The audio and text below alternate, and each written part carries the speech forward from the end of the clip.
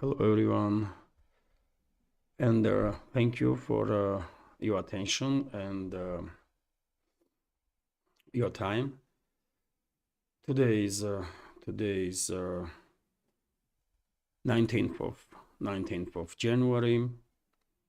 Now it's 6 o'clock in the evening Moscow time, and this is traditional Sunday live stream community chatter. At this point, only 7 of us on the stream, but hopefully more members of our community will join later on. Anyways, many thanks to you all for your attention, and many thanks to all the members of our community who will join later on or will watch this video in a recording.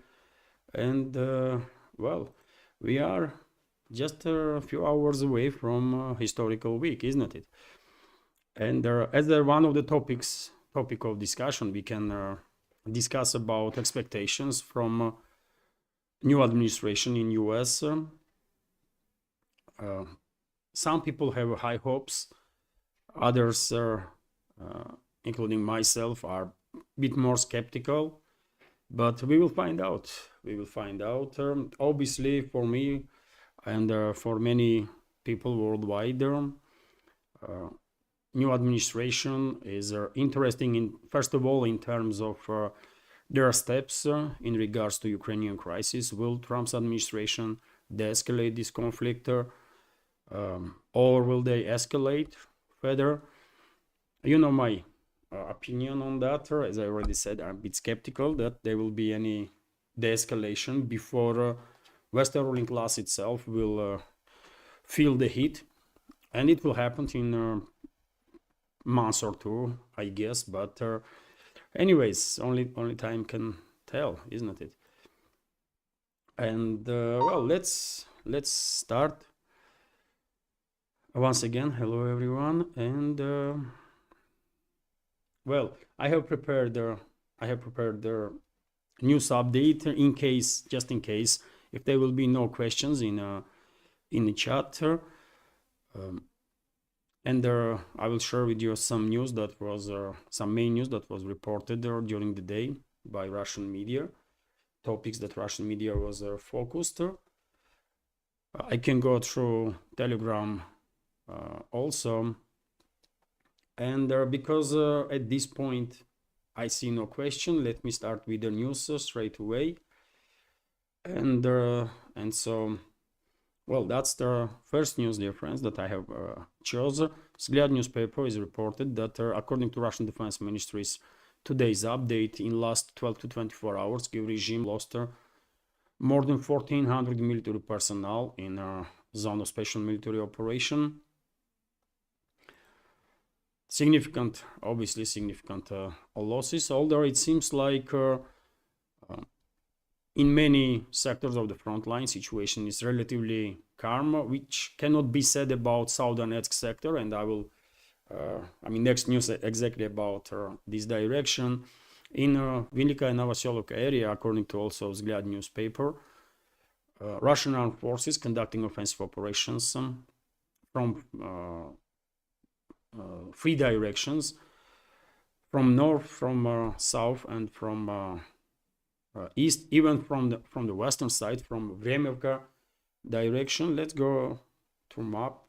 So this is obviously Kherson area here, Kherson sector, Zaporozhye sector, and South Donetsk sector. And on South Donetsk sector, obviously Velika and Novoselka settlement is a main hotspot. And as I predicted, and you don't have to be expert in a military field or anything to, to predict once Vremevka was liberated by Russian forces. It was easy to predict that Russian side will most likely significantly activate its operations in Velika Novoselka area, and that's exactly what's happening. Russian troops are conducting offensive in the northern side, from eastern side, and from western side, from Vremevka settlement itself.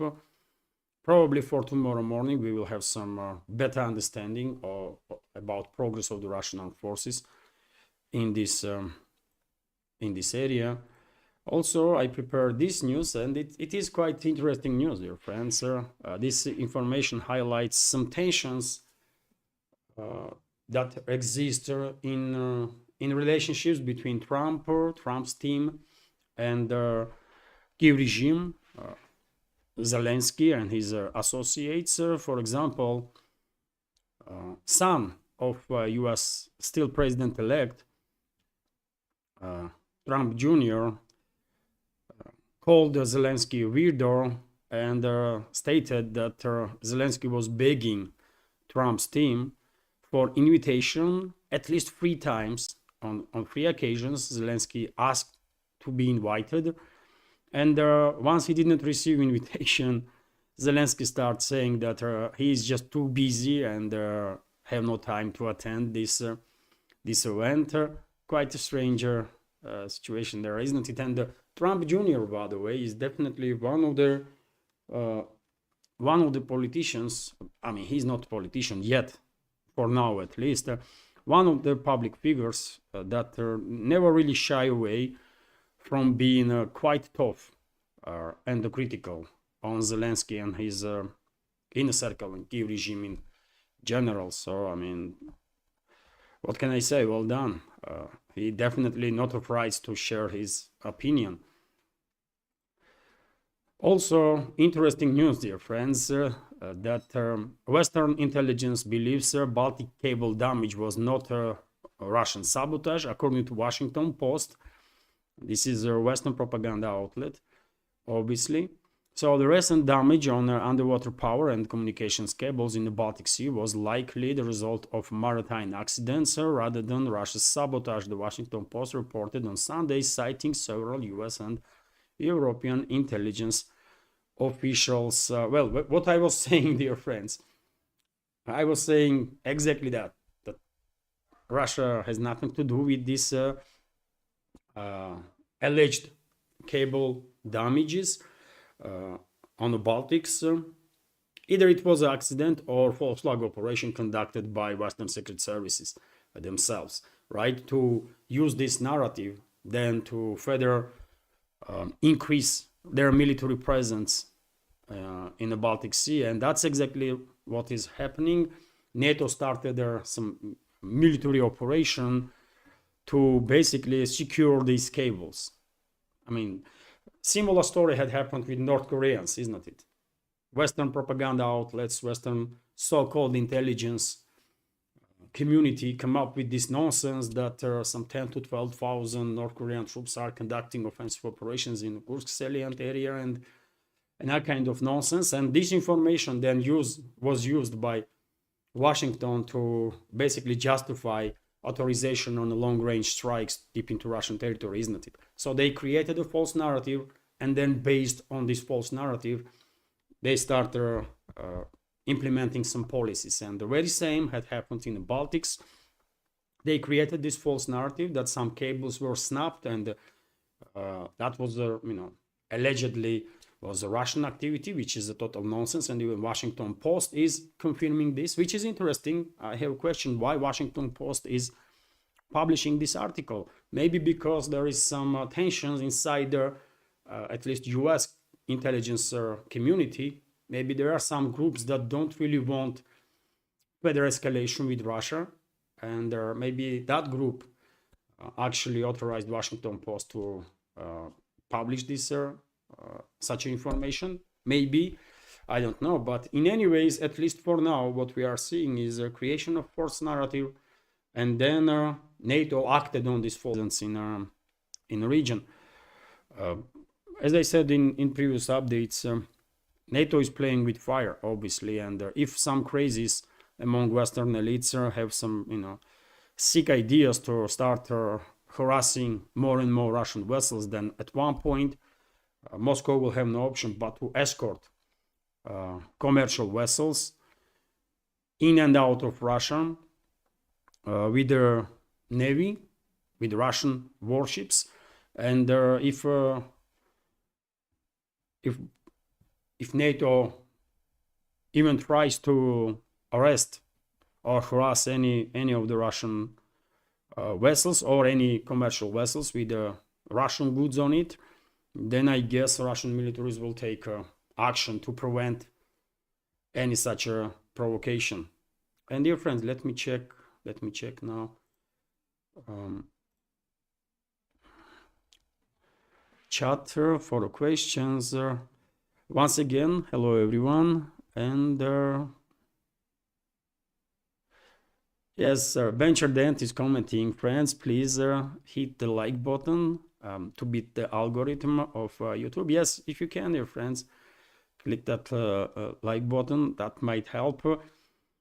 As you know, my channel is in shadow ban, and sometimes we are successful to deal with the algorithms, at least a little bit successful, but usually, you know, even members of our community are not seeing my videos and not receiving notifications. Probably many of you to see my videos are, you know, searching for it. But that's the algorithm, by the way. What we can do about it. I had hope that once Trump is in office, maybe some positive changes will happen in Google, Google's policies, and maybe that will influence YouTube also, so that algorithm will become a little bit more fair. But at this point, YouTube is definitely acting very unfair, to say the least. Right? I'm quite sure there is a huge interest in information from Russia, in point of view from Russia, because after all, everybody is talking about Russia, right? And I'm quite sure there is hundreds of thousands of people, possibly millions of people, that would like to see news from Russia. But dear friends, you know what? I can make some experiment right now while during the live stream. Let's search for news from Russia.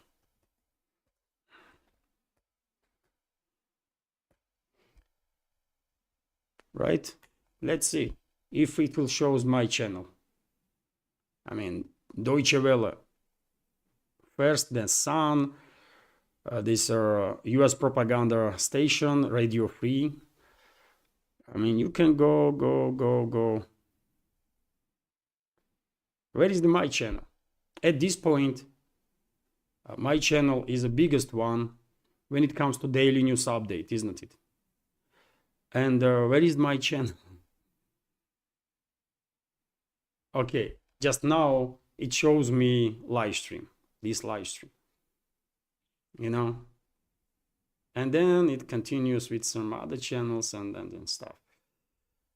So after first 15-20 videos, you might only find my channel. This is also my video that I made about these New Year's installations. So that's the reality, by the way. You know, when you type news from Russia, algorithm should show you, first of all, channels from Russia, right? Not the Deutsche Welle, for God's sake. I'm not looking for news from Germany. But anyways, this is the algorithm. What we can do about it, man. So let's go through this chapter. Venture Denter is asking what kind of geopolitical impact will the Russian-Iran strategic accord mean to their economies? Well, in economical terms, it is a big deal, obviously, because this agreement will, and we are talking about comprehensive treaty on strategical part. This agreement, first of all, will open the gate, let's say, for a rapid development of a north-south trade route, which is obviously very important because Asian countries will have a opportunity to trade with the north, right, with Russia, for example, through this maritime, not just maritime, but land and maritime route, Indian Ocean, let's say, Persian Gulf, Iran, then Caspian Sea, then Russia, or it can be, and this will of course work both ways, isn't it? Goods from Russia can be traded in, you know, very important that Moscow and Iran, banks of the Moscow and Iran, and central banks of two countries are very close to breakthrough agreement when it comes to payment systems. So I guess in a relatively short time there will be some merge of payment systems of the two countries. First steps already was made in this direction. So this is also going to be a big deal, obviously, and it will benefit both countries. It will allow not just Russia and Iran to trade between each other, but other countries also to connected to this network and avoid all the unnecessary issues that they might have with their SWIFT. And when it comes to SWIFT, by the way, current monopoly on the world, in this world, when it comes to banking operations, Kostyrin, head of Russia's second biggest bank, VTB, was asked. I saw a clip of that. Asked about this cooperation of the banking system, central banks of Russia and Iran, and he said that, well, work is ongoing in this direction with their, and new system is developing rapidly, and he was very clear in regards to SWIFT also. He said that SWIFT have to be basically neutralized. He used a quite strong word. SWIFT have to be killed. We have to kill SWIFT. That's what he said. This is not an exact quote, but he used quite strong word, and then he actions. But he means that Russia don't really need SWIFT. Other systems have to be developed so that not just Russia but other countries worldwide will also have an opportunity to avoid any dealings with the SWIFT at all, because SWIFT is obviously extremely weaponized by the West and the Western ruling class, and cannot be trusted. As simple as that. Also, dear friends, already I believe that there is agreements in place about gas pipelines to be built between Russia and Iran. Railway project, I believe, is also in place that will connect Russia with Iran through Azerbaijan and Armenian territories. Although, by the way, when it comes to Azerbaijan and Armenia, they have some territorial issues, and unfortunately, there is quite high risks that these two southern countries from Southern Caucasus may once again end up in military hostilities, and I would not be surprised at all if Azerbaijan will actually establish full control over their borderline currently between Armenia and Iran, and also over the Zangezur corridor, which connects mainland Azerbaijan with the Nakhchivan Autonomous Republic. So it's not everything is simple there. Nothing is simple, actually. Very difficult situation there. But anyways, there is Caspian Sea, isn't it?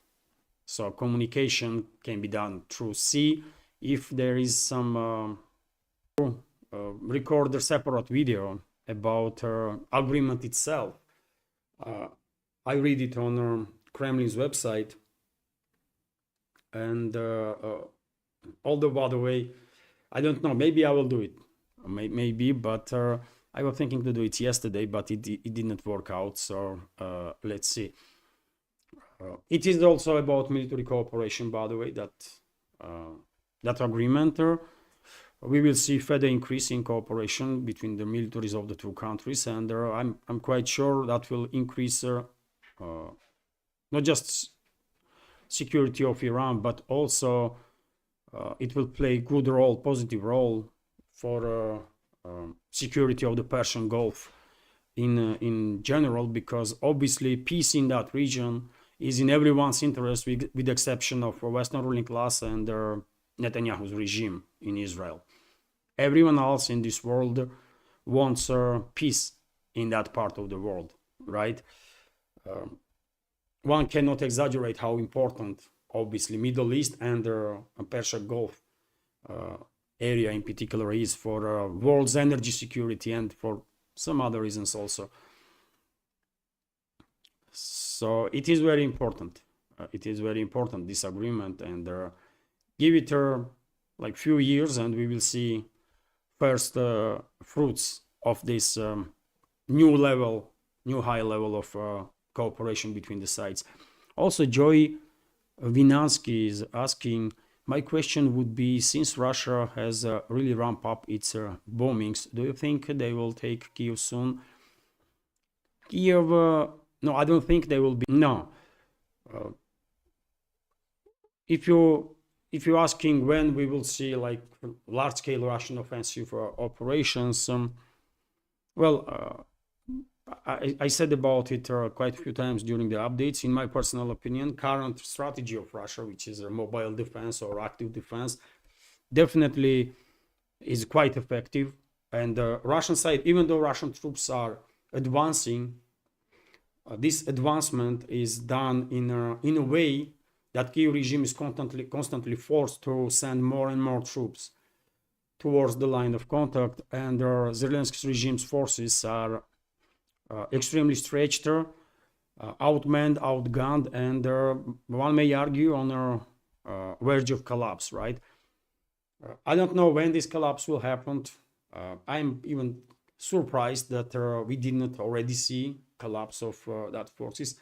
One can imagine all the threats that these forcefully mobilized people are experiencing and their psychological pressure by so-called security forces of Zelensky's regime, that they are,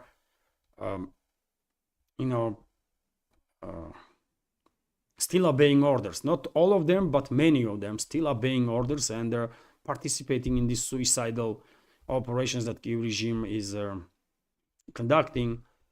But anyways, this collapse will happen, right? Collapse of Kiev regime's forces will undoubtedly happen, and at that point, we should.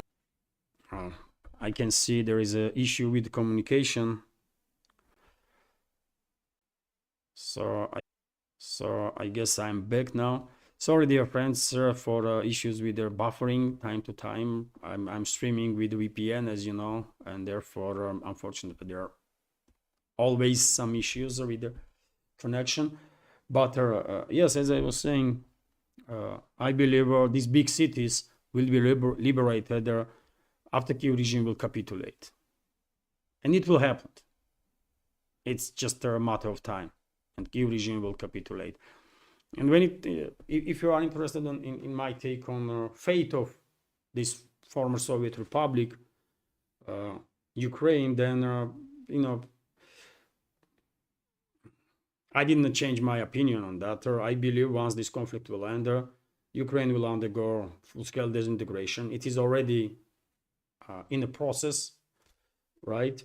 And eventually, western parts of Ukraine will end up under NATO control, and most likely will be reclaimed by Poland, Hungary, and Romania. Rest of the Ukraine, rest of the territory of this former Soviet Republic will be in a Russian zone of influence. From Kharkov to Odessa, most likely will join, all the regions will join Russian Federation. There will be referendums there. And I'm quite sure locals will vote to join Russia. The question is, what will happen with the Kiev? And I cannot know, obviously, for sure, but I think it is a possibility. It is a possibility that Kiev and surrounding few regions will maintain statehood on the political map, but are only in a zone of Russian influence. They will, Western ruling class will have to agree that they will no longer mess around this quasi-state base. Basically, that's what it's going to be. If statehood of Ukraine, right? So that's my answer there, friend. Obviously, if you conduct research, opinion research here in Russia, majority will say Kiev should be liberated also and join Russia, and I will agree with that. Kiev is a Russian city and obviously should be in Russia, part of Russia, right? But as I always saying, there is always a certain percentage of possibility that Kiev and surrounding few regions will maintain quasi-statehood.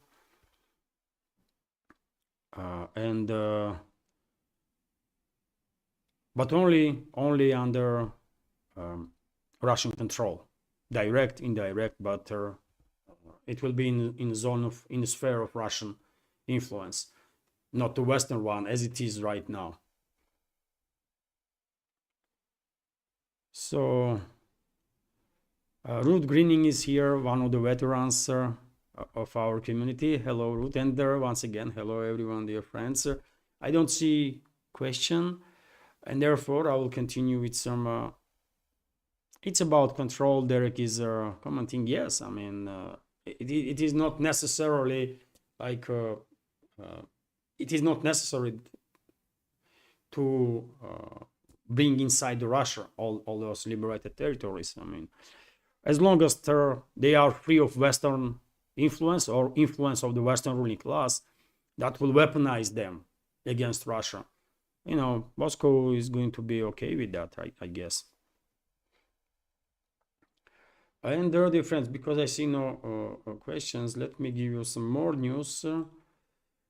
Well, this is also interesting that about 300 military personnel from UK will travel to Romania via Czech Republic to participate in NATO exercises that will take place from 13th to 26th of February. I'm sharing this news just to highlight number of British troops that will participate in these military exercises. 300 military personnel, by the way.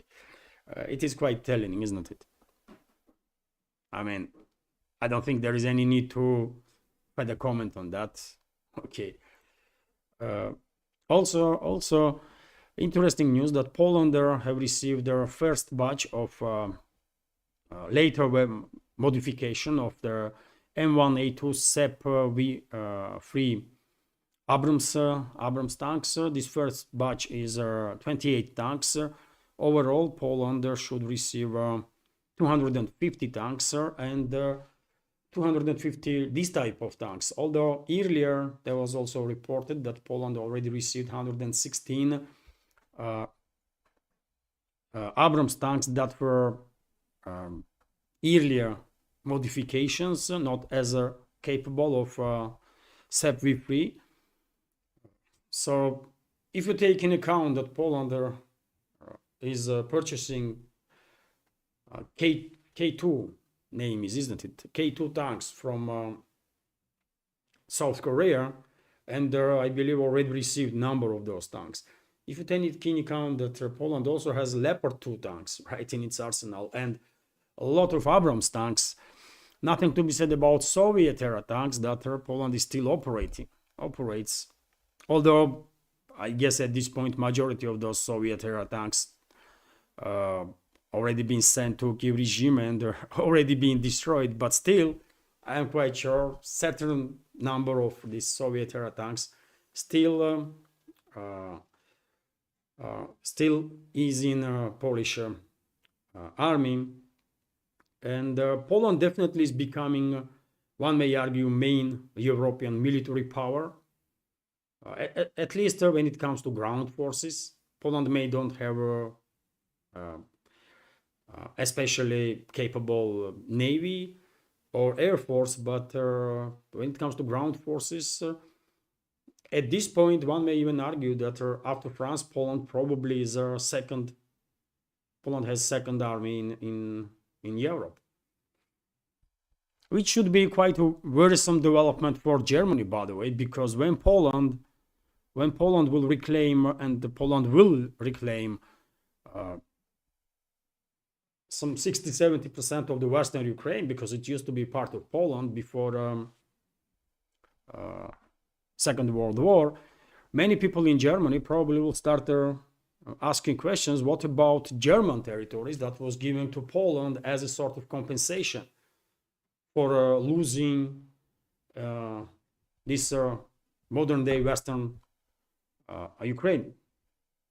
territories in modern-day Western Ukraine in favor of Soviet Union or Soviet Union's Republic on the name of Ukraine, and I guess tensions between Germany and Poland at some point will reach quite a tense level. Although what Germany gonna do about it? Germany's politicians quite effectively demilitarized country, isn't it? And I don't believe currently German army is capable of defending Germany. If as a thought experiment, if we will imagine that there is a confrontation between Poland and Germany, I'm quite sure Polish army will decimate German armed forces in a few months' time, I guess, maybe less than that, because Poland is arming itself, right? While Germany, what Germany's government is doing, I don't know, man. Maybe friends of ours from Germany, they can tell us what German government is doing, but they definitely not about securing Germany. They are about some other stuff for sure. Also, dear friends, of course, you already know that ceasefire have been reached finally in Palestine. Hamas even issued the names of their Israeli hostages that will be released. Maybe 3 females hostages already been released as I am recording this video. Let me check, by the way, some media outlets. Maybe yes, that's breaking news, one may say. Hamas already freed several Israeli hostages, and these hostages were transferred to Red Cross. And earlier there was reports that Hamas was planning to free females. In response, Israel should free 90 Palestinian females that are imprisoned in Israel. And on next stage of this ceasefire, next week, more people, more hostages should be freed by both sides. So, well, we have breaking news right now there. So, and dear friends, there is a big scandal sort of in Israel now, because high-ranking officials, one after another, are threatening that they will break alliance with Netanyahu because of this ceasefire. And in Netanyahu's cabinet, by the way, they are. If you think Netanyahu is some extremist, then I mean, those other people, Ben-Gvir and this another one, finance minister, man, clearly psychopaths, right? I mean, compared to those ones, one may say Netanyahu is, not that extreme. So you tell me what kind of people have been put together in that government of Israel, by the way. I mean, clearly psychopaths, isn't it? Also, Vzglyad newspaper is reporting that, Trump's administration, according to Axios, is working on removing current leadership of Venezuela. And, sources of the Axios saying that Trump's administration is planning to achieve this without military engagement, without military involvement or hostility. I don't know. There was quite a few attempts, isn't it, to remove current government in Venezuela. All those attempts have failed. But I mean, it is obvious that Trump's administration will be extremely hostile to Venezuela. I'm afraid towards Cuba also. As you know, Biden's administration just about a week ago removed Cuba from a list of state sponsors of terrorism, where Cuba should never be should never put in the first place. Trump did it, if I remember correctly, right? And I'm afraid once Trump is in office, his inner circle will conduct all sorts of operations to achieve regime change in both countries, in Venezuela, in Cuba. Most likely, Trump's administration will be extremely hostile towards Brazil also. I mean, after all, Elon Musk, who is quite influential, as far as I understand, member of the future administration of the Trump, Elon Musk had quite a row with Brazil's current leadership, right? So Brazil should be ready also for some hostile steps from US and every other country in Latin America, by the way. You all know this doctrine that US has adopted decades ago about its neighborhood, and they see Latin America is their backyard. And I think US will actively return under Trump's leadership to that doctrine. And if any country even tries to maintain any sovereignty, probably will risk big time to experience some regime change, or at least attempts of the regime change. Let's check also if there is any questions. Sorry, dear friends, if I miss any question.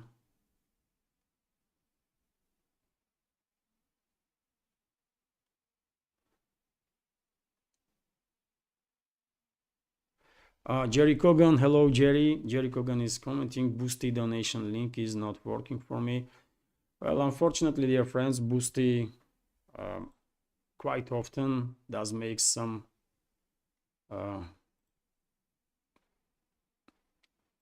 experiences some errors. Jerry, I received your donation.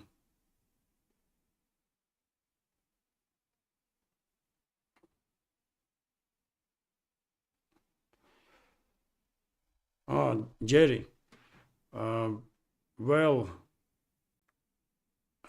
you donated 3 times.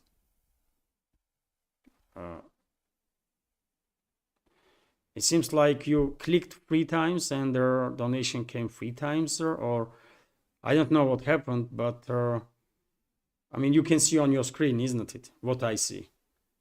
So this is today, isn't it? Today, yes. And well, I'm looking forward to the end of the Biden regime tomorrow. I don't believe that Trump can possibly be worse, and I feel that he generally wants the wars to end. We'll see, but I am hopeful. Well, I have to agree with you, Jerry. First of all, thank you very much for your attention and for your donation. And I have to agree with you. Hopefully, Trump's administration would not be worse than Biden's administration, if that's even possible, theoretically. I mean, how one can be worse than Biden was or Biden's administration for US or for the rest of the world? I mean, is it even possible? Probably not. I don't know. So therefore, I'm on the same page with you. I may not be too optimistic. But you know, I hope Trump was serious about de-escalating with Russia, and if he is serious, dear friends, he can demonstrate it in the very first week.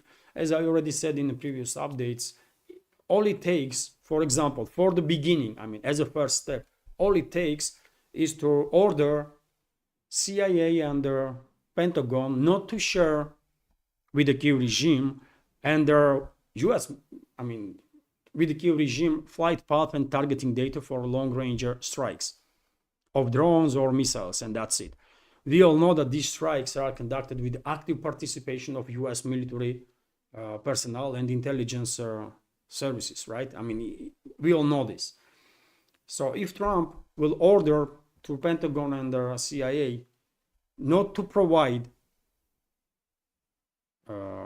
this intelligence data, flight path targeting data, there will be no more large-scale strikes deep into Russian territory with the drones or the missiles, right?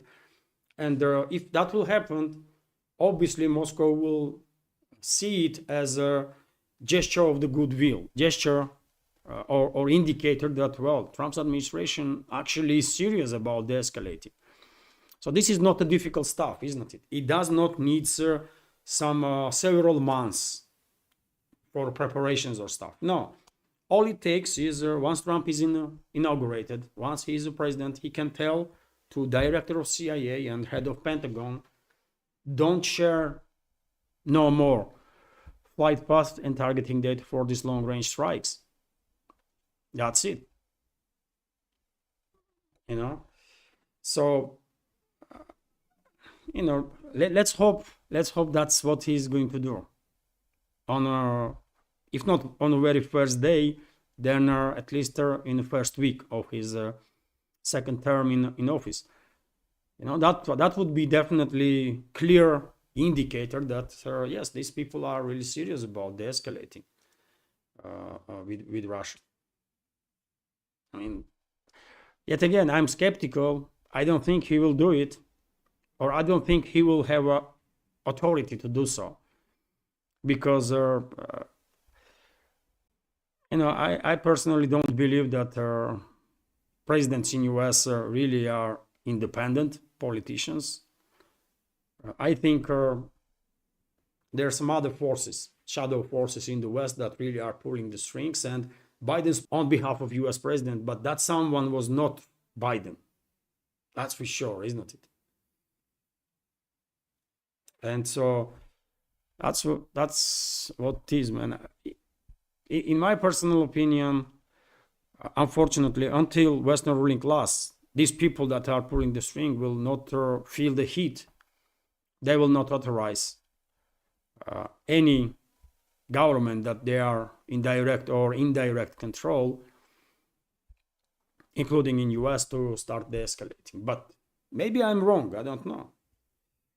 Let's see, maybe on his very first day or first week in office, Trump will say that, you know what, to demonstrate that we are serious about the escalation, there will be no more long-range strikes deep into Russian territory with US weapons, at least. That's what he can for sure do, isn't it? And if Trump does it, if US will no longer provide these drones and missiles with the flight path and the targeting data, then I'm quite sure London and Paris will do the same.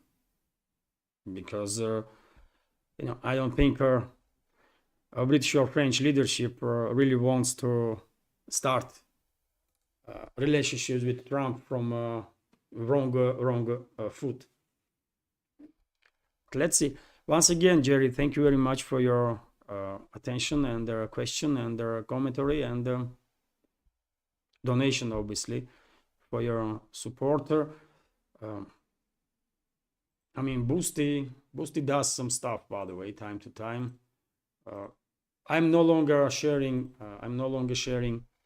a link to donation alerts. I'm not even opening donation alert because I'm not quite sure that platform even works. But Boosty works, although with some errors. Unfortunately, time to time there is some errors there. Let's continue. And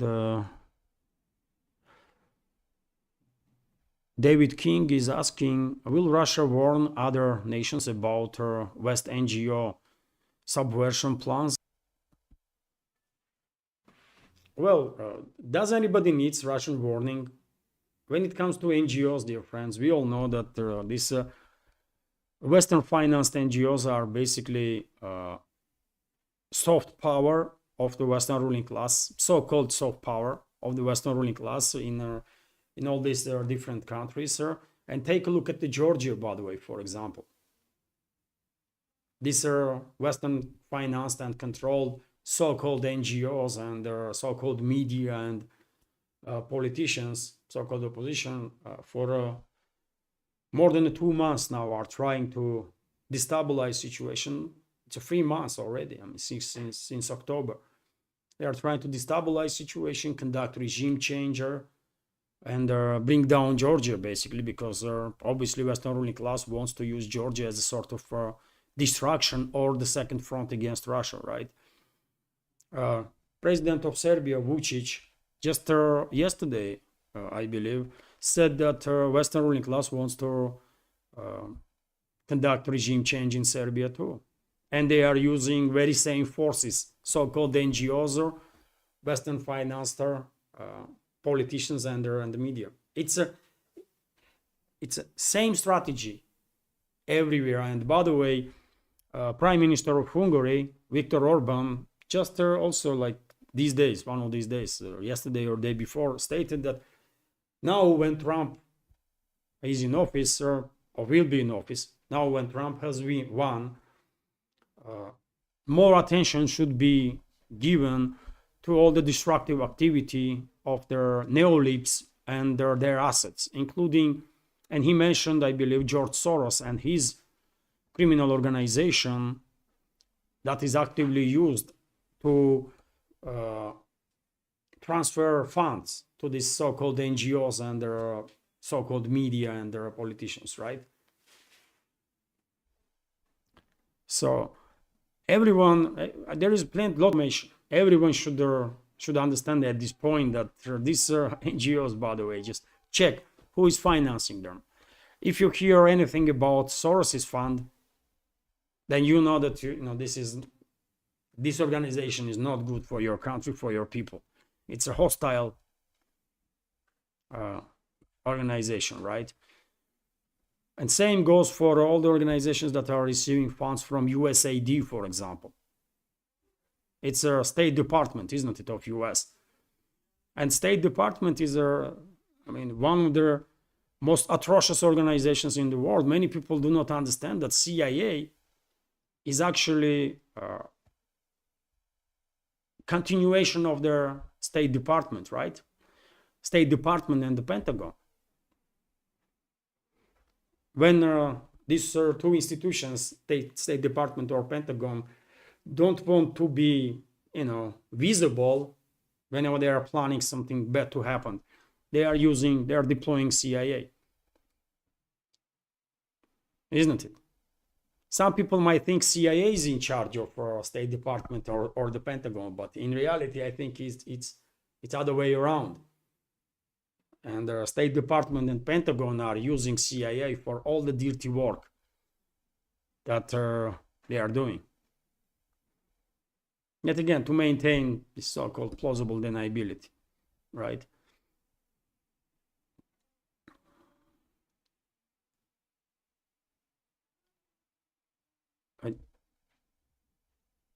Jesus Aguilar is asking, when Trump's peace deal fails, how far west will Russia move? Will Russia move to Kharkov? Will Russia move to Odessa and a link to Transnistria? Yes, for sure. Me personally, of course, I cannot know future, but me personally, I'm quite sure that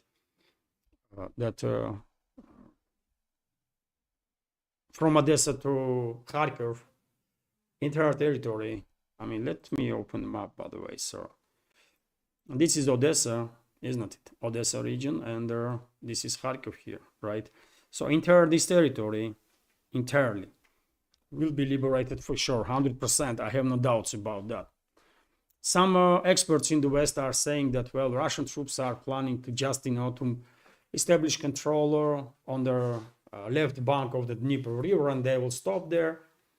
No, why should Russian forces stop there?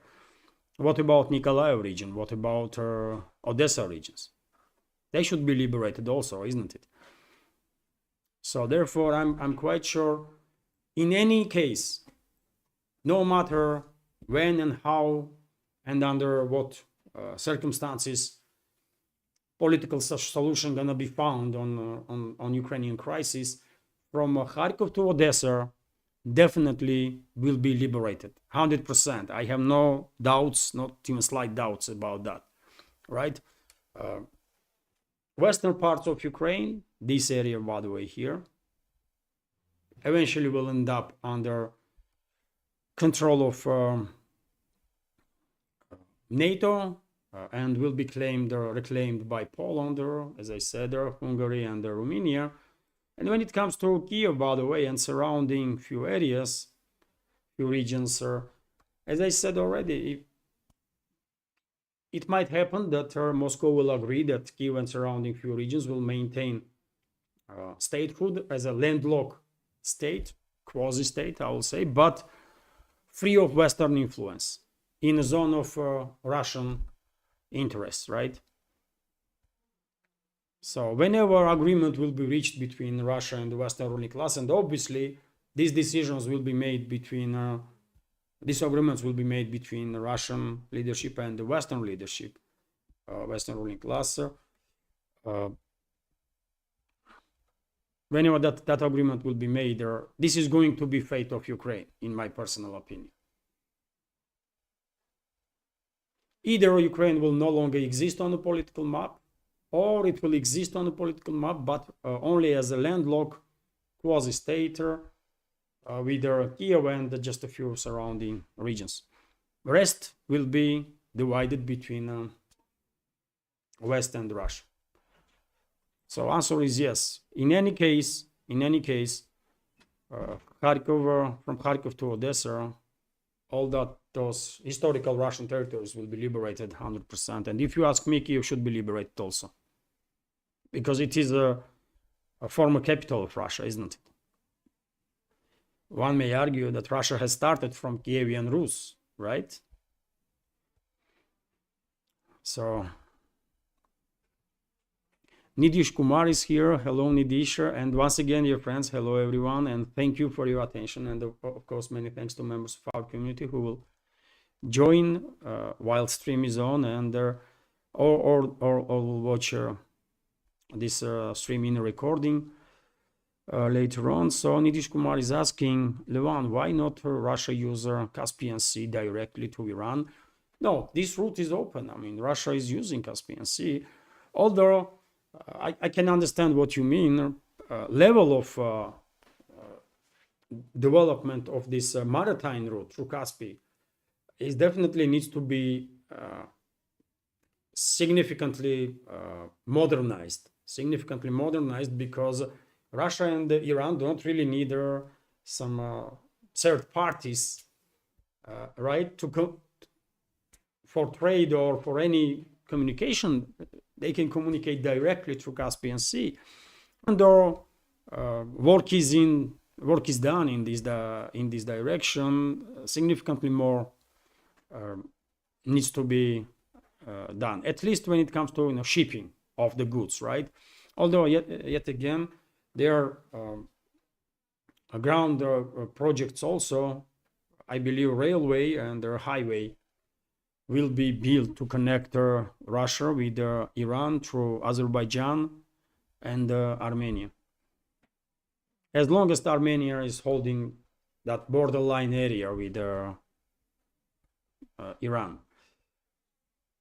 But I can understand you are coming from, because I also have that question: why this great opportunity, Caspian Sea, is not used as much as it should be, right? Maybe because it needs huge investments to develop infrastructure and that kind of stuff, and probably that is one of the reasons. But still, by the way, it's worth to invest now and benefit hugely in years to come, because you're not going to be dependent on any third parties, right? You have direct link. And also, dear friends, there is, when it comes to Caspian Sea, we should keep in mind that countries on the shore of this lake, actually, it's not really sea though, it's a lake, isn't it? But countries did not yet really reach agreement how this lake, or quasi sea, should be divided, where borders are, right? And there is discussion in place still until now, and that political moment also can be the reason why certain projects are not as actively developed as they should. But give it like couple of years, and I guess sides Russia, Azerbaijan, Iran, Turkmenistan, and Kazakhstan will come up with some concrete agreement how this should be divided, how should countries operate on that sea. But at this point, as far as I understand, there are no concrete agreements. There are certain agreements between the countries, but they're not finalized. So that may be also the issue.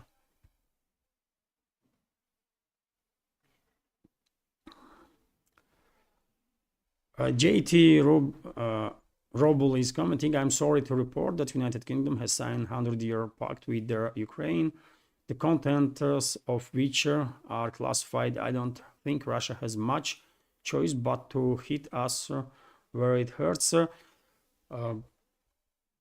Well, I mean, this agreement, by the way, I know I reported about this agreement, isn't it, in updates, and it's a joke. Let's be real here. It's a joke.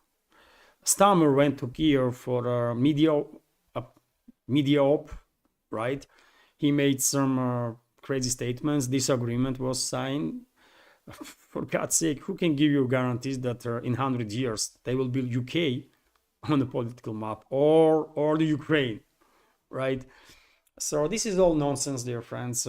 Stammer is acting, I mean, he has so many issues domestically, isn't it? And he is trying to divert attention of the public to some other topics, but I mean, let's be real. No one really cares what kind of papers Stammer and Zelensky signed. It's just irrelevant, really irrelevant. And when it comes to potential hostilities between Russia and UK, unfortunately, there is a risk, obviously, that if Western ruling class will continue to escalate with Russia, and I'm afraid they will continue, right? Let's see, I mean, first few weeks of Trump's presidency. But if hostilities continue, if these long-range strikes deep into Russian territory continues, then at one point, Moscow will take action against military assets of the countries that are participating in these long-range strikes on Russia, and these countries are, at this point, US and UK. I did not see any reports that French Storm Shadow missiles were used to strike deep into Russian territory, but if French missiles will be used also, then well, French military assets will end up being legit target for Russian side too. And the Russian president spoke about this topic very clear, isn't it? And if it comes to it, let's hope it will not, but if it comes to it, then I think, I mean, no one knows for sure, with the exception of few people, I guess, in general staff and Kremlin, with the exception of few people, hardly anybody knows what kind of response Russia will take. But if you ask me, I will tell you that military bases in Romania, in Poland, US military bases in Romania and Poland probably will be considered as a legit target.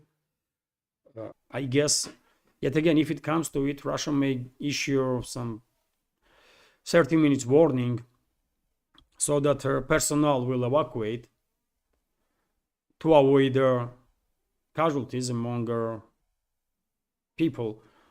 But 30 minutes definitely is not enough to evacuate military equipment, right? And their facilities themselves cannot be evacuated, obviously. So therefore, if it comes to it, that's maybe what Russia will do. But I don't think Russia will strike UK directly. No, I don't think so. But let's hope once Trump is in office, he will order CIA and Pentagon to stop these long-range strikes on Russia, and that will be definitely what we need right now. Clear indicator that well, forces that are behind Trump are really serious about de-escalating. Nidish Kumar is asking, Levan, I heard Transnistria has a severe power outages. How can Russia help them? Well, it is true, dear friend, and unfortunately, several people died in Transnistria because they were trying to heat up their premises, heat up their buildings and stuff, and some people died of suffocation. It is a humanitarian crisis in Transnistria. Although there is a hope that situation will be resolved in a relatively short time, because as I reported yesterday, I just can't remember, I reported about it in the first update on YouTube and Rumble, or in the second update on Patreon, but I reported that Moldavian main gas company, acknowledged that it has a debt to Russian Gazprom, over 700 million.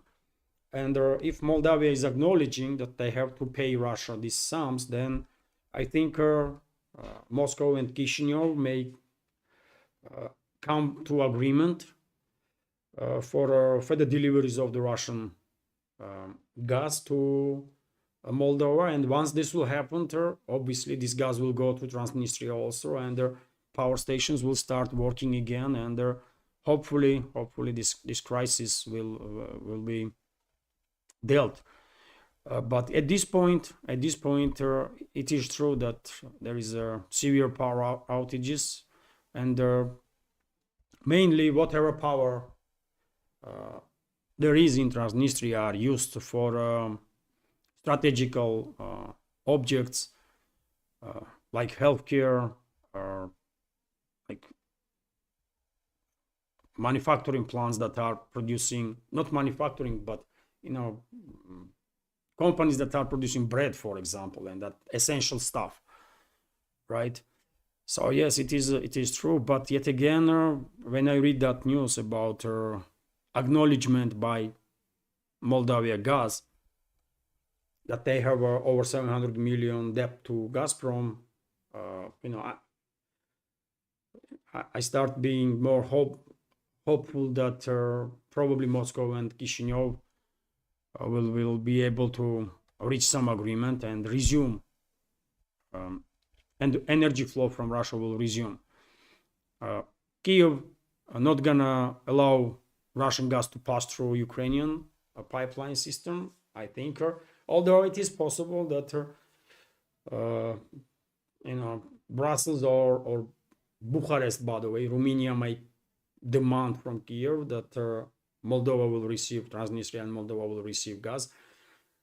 Although if not, and most likely it will not happen, then a Turk Stream can be used to transfer gas to Europe first, and then from EU to Moldova and Transnistria. So there are certain routes that can be used to deal with this crisis, but right now situation is extremely difficult there in Transnistria, that's for sure, unfortunately. And all this because of the Kiev regime. They blocked Russian gas transit, and that's why all this situation had happened.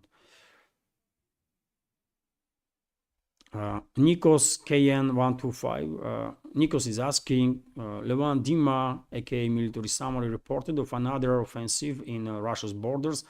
Have they penetrated any news, sir? Well, I reported about attempts of Kiev regime to start another offensive in western side of Kursk salient area. I reported about it day before yesterday, I believe. And from what I know, from what I see in the media, that attempt failed. Russian forces spotted special operations units of the Kiev regime and neutralized those units. Then Kiev regime launched offensive with the regular forces and also with the units that were built based on people that were released from a prison or mobilized in prisons in Kiev-controlled territory. And that offensive also equipment and manpower was dispersed in forestry areas. And I know military summary reported about yet another offensive operation, but Russian media, I'm monitoring media field all day, right? All day, every day. And at this point, I did not see in at least Russian segment of internet any information that Kyiv regime managed to achieve any success in any direction. Nothing. We can right now check, by the way. For example, Kirill Fyodorov is one of the biggest channels, right? And I mean, you can see there, friends, right? Nothing here. And he did not report anything before this. Let's check, for example, Ukrainian blogger right now. In live stream, Anatoly Shary, if he has any news. And he is, by the way, he is a Ukrainian blogger, Ukrainian public figure, journalist, politician that reported several days in advance about a recent attempt of Kyiv regime to conduct offensive in a Kursk salient area that failed miserably for Kyiv regime, right? And so let's see what Anatoly Shary has to say. He did not report anything about it or anything about any success of Kyiv regime's forces anywhere during the day. I was monitoring his channel also, and let's go through the posts that he posted in last few hours. This information is about Robert Fico. He is not happy with Zelensky. Some internal information about some internal tensions in Kyiv-controlled territory. I mean, nothing.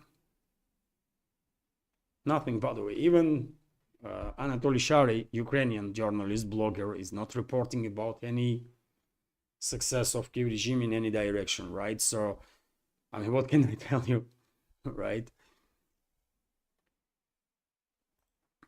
So that's how it is.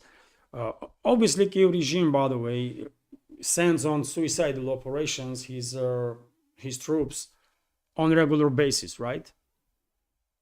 On regular basis, and Russian Defense Ministry reports day in, day out that a number of counteroffensives were stopped in this direction, number of counteroffensives in that direction. But if we are talking about some major developments, nothing like that, at least in media outlets and channels that I am monitoring. So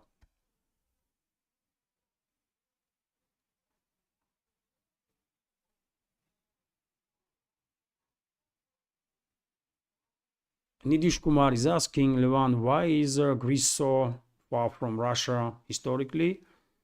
Close is it because of its closeness with Turkey? Sorry, Levan, why is Greece so far from Russia historically? Close, is it because of its closeness with the Turkey? You mean? I'm not sure I did understand the question, Nidish, but if you mean why current leadership of Greece is acting hostile towards Russia, because they are puppets of globalists, isn't it? I mean, ask any Greek. By the way, they will tell you that these WEF puppets are destroying Greece, by the way, right? They don't care about Greek people itself, so why would they care about relationships between Greece and Russia? Although, when it comes to relationships between the people, we see Greek people as our brothers. We are Orthodox Christians, right? So obviously, because of the this religious connection, also because of historical connection, by the way, Byzantium or Eastern Roman Empire was played a huge role, obviously, in Eastern Christianity. And in my personal opinion, it was a historical tragedy that due to actions of the Crusaders, Western Crusaders, by the way, Constantinople was basically demilitarized, let's say this way, and as a result, Turkey was able to occupy this city, right? capital of Eastern Roman Empire or capital of Byzantium. And I believe that was a great tragedy, by the way, for Orthodox Christianity. And Turkey, existence of Turkey definitely influenced the historical path of the many countries in the region. But that's what I can say. Once Turkey was created on a territory of, by the way, which previously was a territory where Greek people were living, Georgian people, Georgian tribes like Kartveluritomebi, that's how you say it in Georgian, right?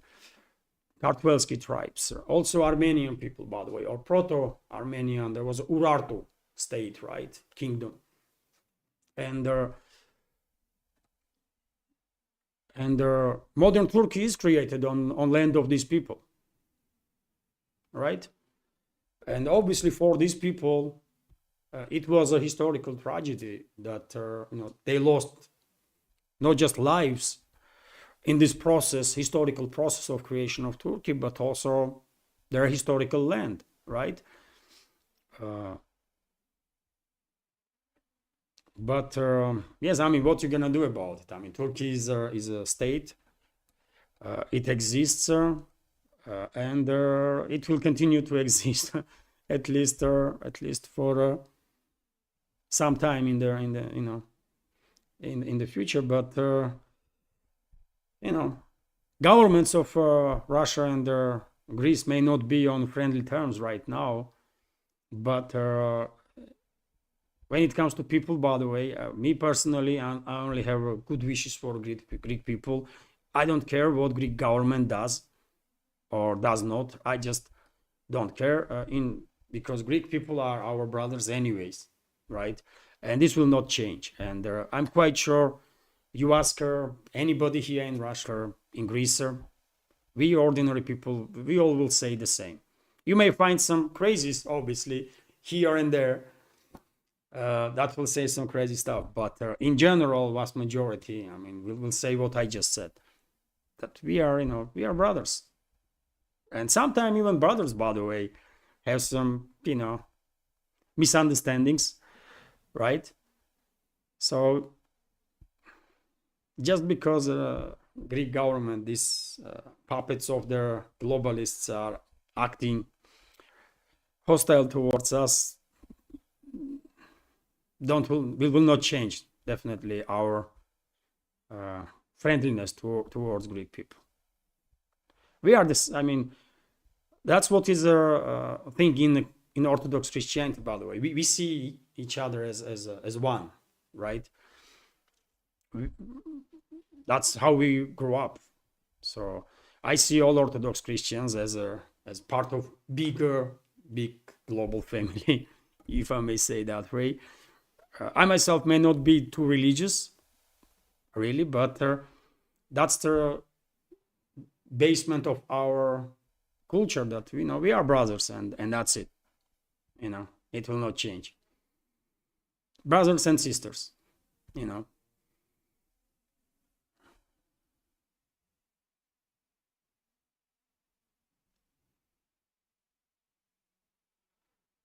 Buncher Dent is asking, it's reported that some radioactive material hidden somewhere in the Los Angeles, US intel busy scanning the area by choppers. Oh, I don't know, dear friends. This is something new. Bench, I have not read anything like that in Russian segment of media, at least. I don't know, dear friend, but maybe. I mean, remember recently there was a scandal in US about these drones in the Jersey area, isn't it? And some people even start reporting that some radioactive materials were lost. Radioactive materials that had connection with the Ukraine were lost, and US authorities were searching for this scanning, basically, for radiation to find out location of that material. I was skeptical of that information. I mean, this is stuff that if you have no knowledge, I mean, real knowledge, you cannot really say much, because who knows, right? But maybe something similar, maybe some drones being spotted in the Los Angeles area now, and similar type of rumors beginning to be generated. Maybe, I don't know.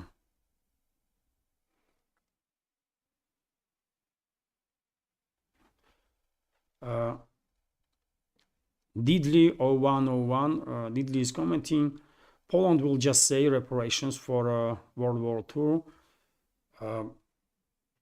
Yes, but and this question is in regards to German territories that Poland received as a compensation for eastern territories that eventually was given to Soviet Union, to Soviet Ukraine. Yes, Poland can argue that that territory of Germany was given as a reparation, and I can see that argument, obviously, but I don't think this argument will work for German people.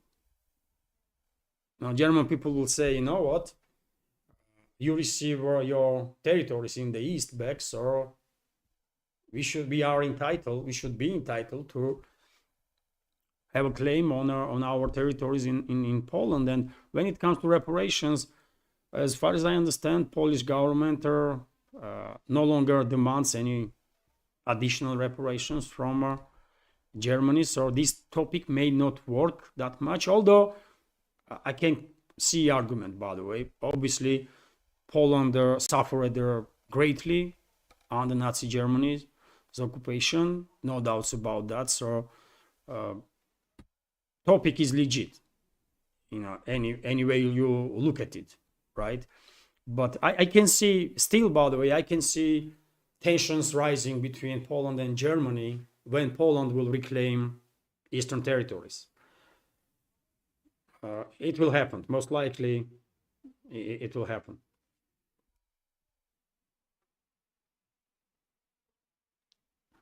Al Peterson, hello Al, is asking who will be watching their inauguration tomorrow.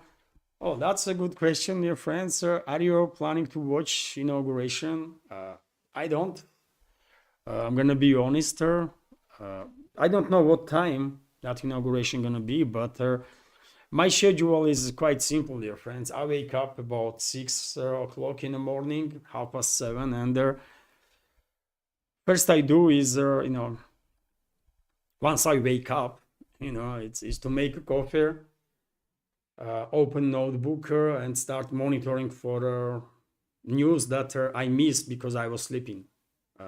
Monitoring media outlets, some channels, to find out what had happened during this 4 or 5 hours at night that, you know, I was not next to the notebook. And then entire my day, almost always, by the way, is like I'm next to a notebook, monitoring media outlets and picking the news for the first or the second update. And meanwhile, sharing some news on my Telegram and Twitter X page. And dear friends, if you are not subscribed to my Telegram or Twitter X page, please consider to subscribe. I mean, why not? Right? I'm sharing. I mean, just look, dear friends. This is news that I shared, for example, today on Telegram, and I believe the very same news I did share on Twitter X also. Yes, I mean, plenty of news. And our community on Twitter X right now is 907. Once we will reach 2000, my page will be eligible for monetization. And even though I don't know how that monetization works, you know, maybe it will be helpful for this project. I don't know. So therefore, if you can, please subscribe. Let's continue. And Yes, interesting. Who will watch? Many people will watch. Obviously, it's a historical event, by the way.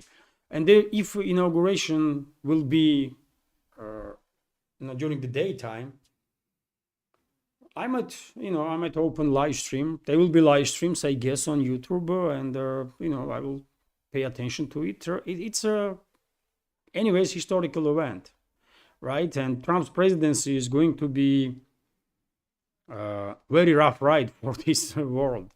These 4 years, next 4 years, I think gonna be very rough ride for this world, and there are many historical developments gonna be initiated in these years. So let's see. Let's hope world will not end up in a global confrontation, because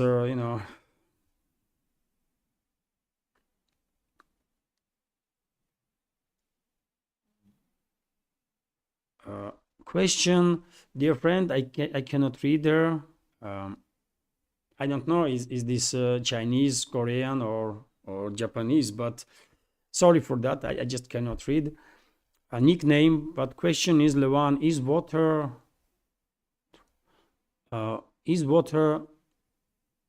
Ritter said true? I guess you meant Ritter, Scott Ritter.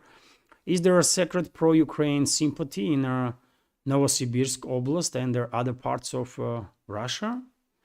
Does the Russian military have a Bandera Ukraine infiltration?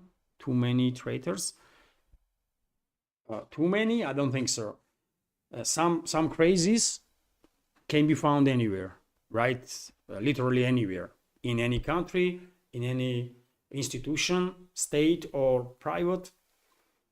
But I don't know what Ritter said, so therefore it is difficult for me to comment. But if you are interested, are there some sympathizers of Kiev regime here in Russia? Probably yes. After all, there are like dozens and dozens of sabotages, right? Or at least attempts to conduct some sabotage or terrorist activity. Those people, majority, not all of them, but significant number of them at least, were Russian citizens. Some may argue that they were terrorized by Kiev regime's forces, and they were forced to do this crazy stuff. Okay, I can see that argument, but still, it does not make it right, isn't it? They committed treason. People that acted on the orders of foreign powers, foreign secret services or whatever, are committing treason. That's what it is. And it cannot be justified, right?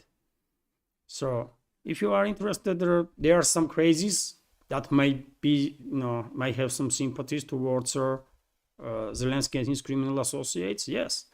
There are a certain number of such crazies that even fighting alongside Kiev regime. Russian citizens that went to Ukraine, and there are some groups even being formed. I cannot even remember the name of those groups. That's how irrelevant they are, really, for Russia and in Russia. But those groups were created, and those groups are operating under the umbrella of main intelligence directorate of Kiev regime, right? So yes, if you are asking if there are any crazies that are Russian citizens, among Russian citizens that are sympathizing with the Kiev regime, unfortunately, yes, but not too many.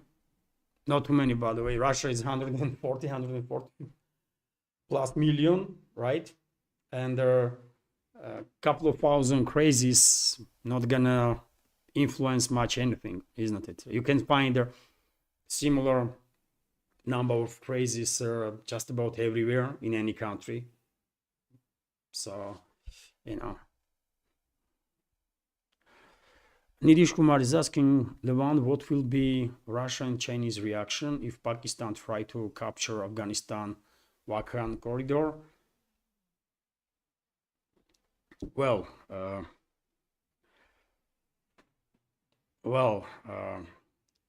China definitely would not be happy about it. Oh no, No, it's a difficult stuff, isn't it? China has a very strange relationships with Pakistan, isn't it? Pakistan is a strategical partner of China, so therefore China might even support actions of the Pakistan. One may argue. Russia is a different story. Russia is a different story. As you know, Russia and India are strategical partners, and therefore, India obviously is monitoring everything and reacting quite painfully, always on some actions that Islamabad is taking, not necessarily against India, although there are hostilities. Obviously, we all know that there are tensions on the borderline, and but Pakistan's increase of Pakistan's influence in the region, any side, right? Western side, for example, where towards Afghanistan, obviously can be seen by India as acting on behalf of China, right? And that may make New Delhi be how should I say, that will definitely not make New Delhi happy, and therefore Russia will have a somewhat similar attitude.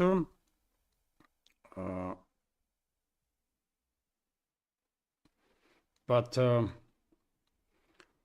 yeah, it's a difficult stuff, by the way. I mean, there used to be times when China, Pakistan, and the Taliban movement that is in charge now in Afghanistan were operating together, right? They forced US and NATO militaries out of Afghanistan. But now there is a big tensions between Taliban and Pakistan, maybe because, as I said, I mean, Chinese-Pakistani relationships are very strange, and also Pakistan-US relationships are very strange, isn't it? In one hand, Pakistani's militaries and secret services are under heavy influence of US, but in other hand,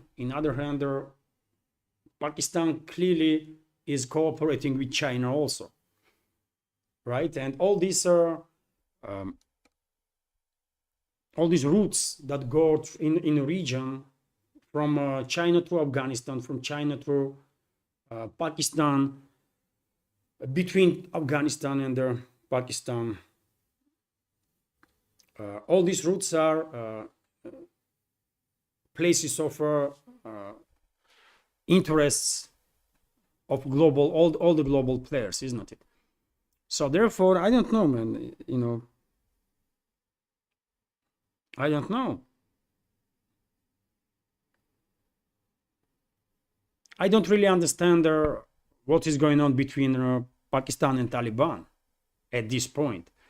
I was thinking that Chinese secret services, Pakistani secret services, ICI or CIC, whatever the name is, and Taliban were working together. And why there is hostilities now between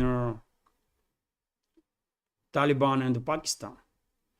And not just hostilities on the political level, they are actually killing each other, right? They are borderline skirmishes, and recently Taliban forces actually entered Pakistan and captured some stronghold, if I remember correctly, right? And there was significant number of casualties on Pakistani side also during that incursion. So I don't know, Nidish, you share your opinion, what you think. But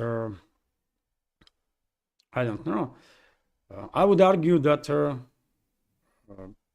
Moscow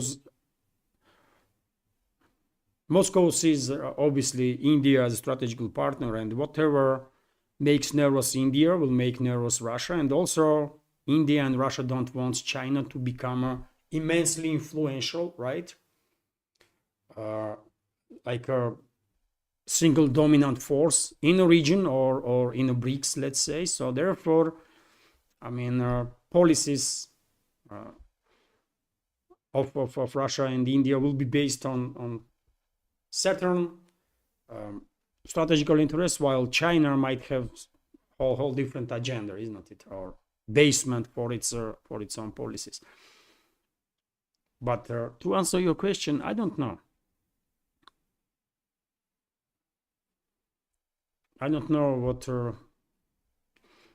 China and how China and Russia will react if Pakistan takes some actions there. China may be happy about it and Russia not. That's simplest answer I can give you. But yet again, I don't know.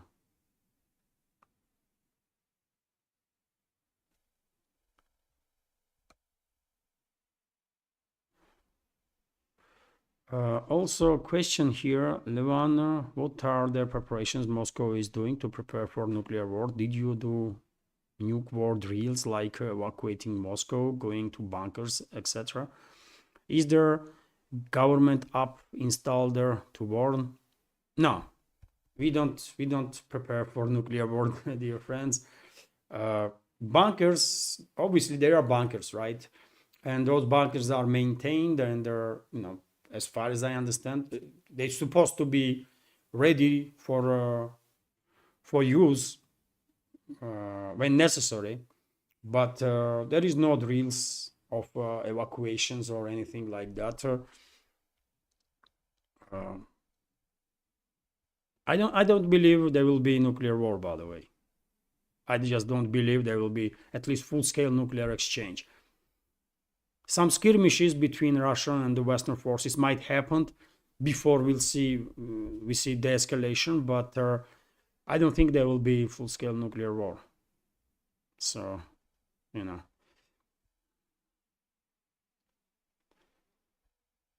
Nidish Kumar is commenting, Taliban is not accepting Duran line, which yet again some connection issues here. And I'm back, I guess. What surprises me is that I was thinking that Taliban was receiving support, and Taliban was receiving support from Pakistan, right? And I was thinking that behind this Taliban offensive that forced US and coalition forces out of Afghanistan basically was driven by Chinese interests, right? That's how I was reading the big picture. And after that, I find it's strange that Taliban and Pakistan are struggling to find their, some common ground. And when it comes to territorial issues, obviously that's the issue that they will struggle to find the common ground, obviously. So, yes, I don't know. You know better than I do, dear friend, all that situation there. So,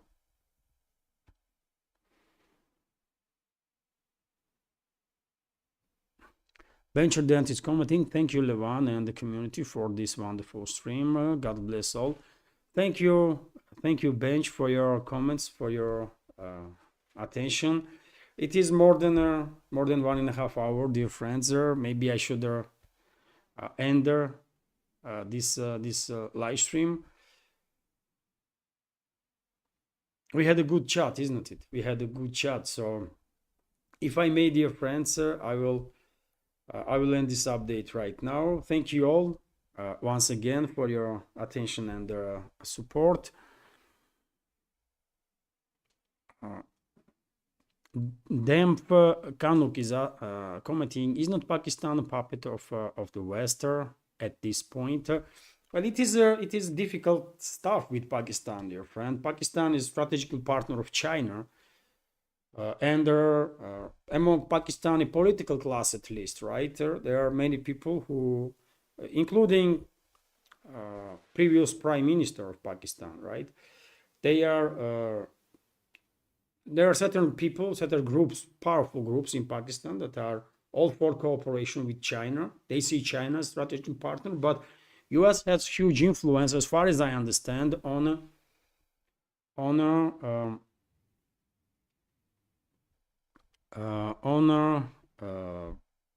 secret services of Pakistan and the militaries. So Pakistan is somewhat divided between Beijing and Washington, as far as I understand, and looking for, and still don't knows which way to go finally. So, dear friends, once again, thank you all for your attention. I will end this stream now, if I may. It's 1 hour and 40 minutes, so it was quite a long stream. We had a good chat. We had a good chat as always, dear friends, and thank you all for this attention. Many thanks to all the members of our community that watch this video in recording. Have a wonderful day and take care. See you tomorrow.